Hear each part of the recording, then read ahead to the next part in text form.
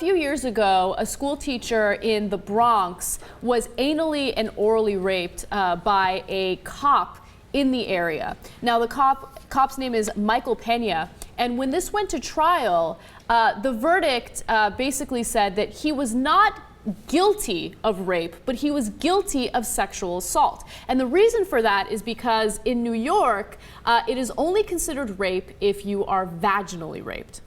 This is obviously an unbelievable story. Now, Lydia Cuomo, who's come out, who's the victim, is very brave for fighting on this. And she's saying, listen, we got to change the law here. This is outrageous.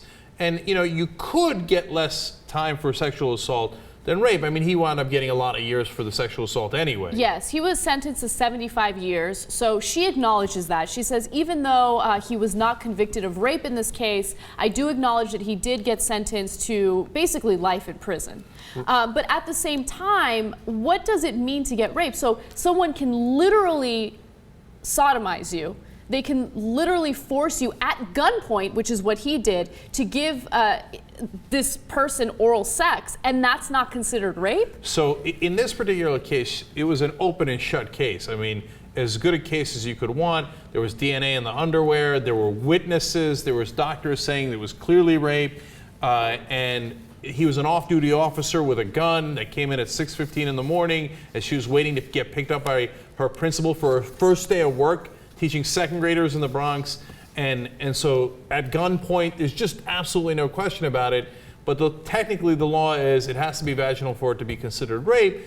And here's the shocking part: there's only 8 states out of 50 where anal, oral, or vaginal rape counts as rape. Only 8. The other 42, not the case.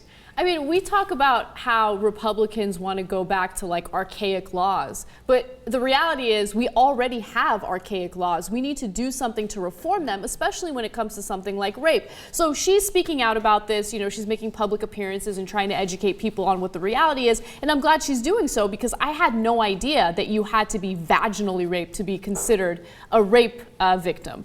Yeah, and so obviously all 50 states should change that. If you know it happens at gunpoint, it happens under any of those circumstances, it's absolutely unacceptable either way, and it should have the same definition. Definitely. And the same punishment, more important. And by the way, just very quickly, you know, as the case was happening, the jury was hung up on very, very questionable things. For instance, one juror could not stop focusing on the fact that she couldn't identify the color of a car that was on the scene, you know, as this was happening.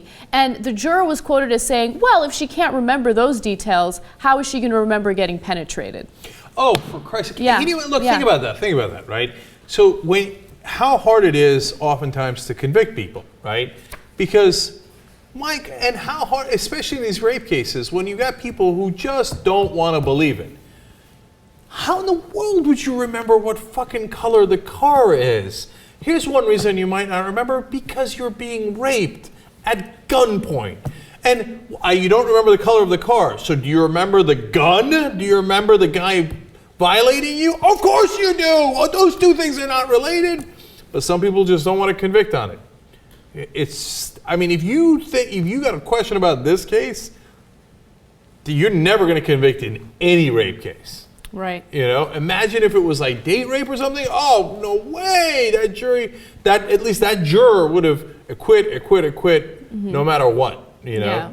So it's crazy. And by the way, in New York and apparently in 42 other states, you can rape men and it's not rape.